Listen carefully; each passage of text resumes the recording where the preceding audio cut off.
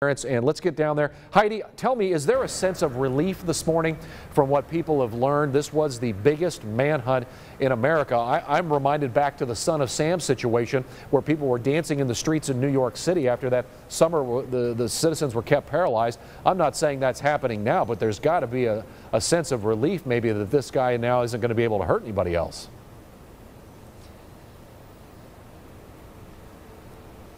I think that there is a sense of relief in that sense, but there's still so many unanswered questions to the situation. What was the motive? Will we ever find out a motive? Are there other packages that have been planted elsewhere that could possibly go off and hurt people? These are all unanswered questions at this moment, but I am where the suspect lived or has lived before. We are still working to gather that information. I don't want to give that location away just right now because if you see behind me, there is a police presence. They have the roads blocked off because they are still working to see if the house is even safe and who all is inside. They believe that there may have been a roommate, a he or a she, but that information is still in the making, and we are working to get more information in regards to that. But I am here in the neighborhood. I want to explain exactly what happened because I've since moved since the last time you checked in with me. When we first got here, we were pretty close to the intersection of the home. There was a cop car stopped there blocking off the immediate entrance into the intersection into the home. They came and talked to us and told us that we would need to move a block behind in order to be safe.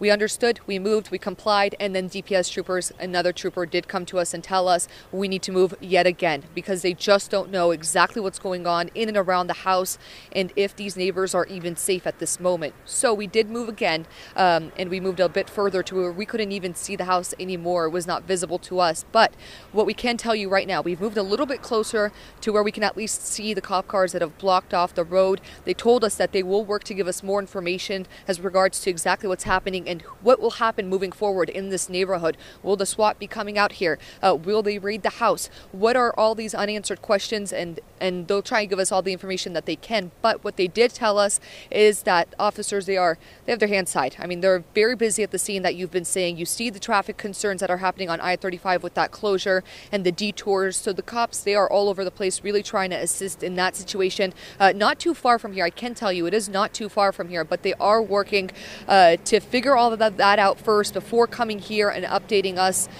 who can then update you on exactly what's going to happen in this neighborhood, not too far from the scene where that bomber did take his life. So that is the latest information we have here out of the suspect's neighborhood, and I think that what we talked about earlier, Chris, is there a sense of relief? I think people are waking up. I've seen a lot of tweets on social media, both on Twitter and Facebook, of people saying this is great news to wake up to, that the bomber is no longer running the streets loose. But still many questions that need to be answered, and will we ever find a motive for all of these tragic incidents? I think that's the big question this morning and a big concern, I think, moving forward with the investigation. Heidi, we're running real short on time. I just wanted to ask you very quickly. We spoke the first time about 3:45 this morning. Were you up all night? For lack of a better word, when did you hear that this all went down and you guys down there in Austin? Because you were down there for the evening. Yes, so I was, if you watched the 10 p.m. newscast last night, I did speak to Doug and Leslie regarding what happened at the Goodwill. That was an unrelated incident. Then I ended up going back to the hotel. I got a few hours of sleep and was able to rest. And then the producer from KVR sister station here in Austin called me and told me that they needed somebody to come in immediately. So Ryan, my photographer, and myself, we got up and we went straight to the station. And that's when we were just getting information that there was a manhunt happening. At that time, we didn't know that the bomber had detonated himself. And we went live on the air immediately to update the public, and it's just been unfolding ever since, the details. And especially with the press conference that we saw with Interim Police Chief Brian Manley and what he had to say. And really, we've been seeing tweets from Governor Greg Abbott, President Trump, and a lot of people. Really, there is a sense of relief, I think, for the overall community. But this has been developing pretty quickly. All right, well, Heidi, you stay safe down there. We appreciate your work. We know you're double teaming it for us and for KView, and Ryan Fite, our photographer, also doing a great job with you down there. You two stay safe, again, because these packages, there should be or could be something else happening. Police don't know the exact whereabouts of the suspect for the last 24 to 48 hours. So, okay, thanks, Heidi, for checking in with us. We appreciate all your efforts this morning. Great work.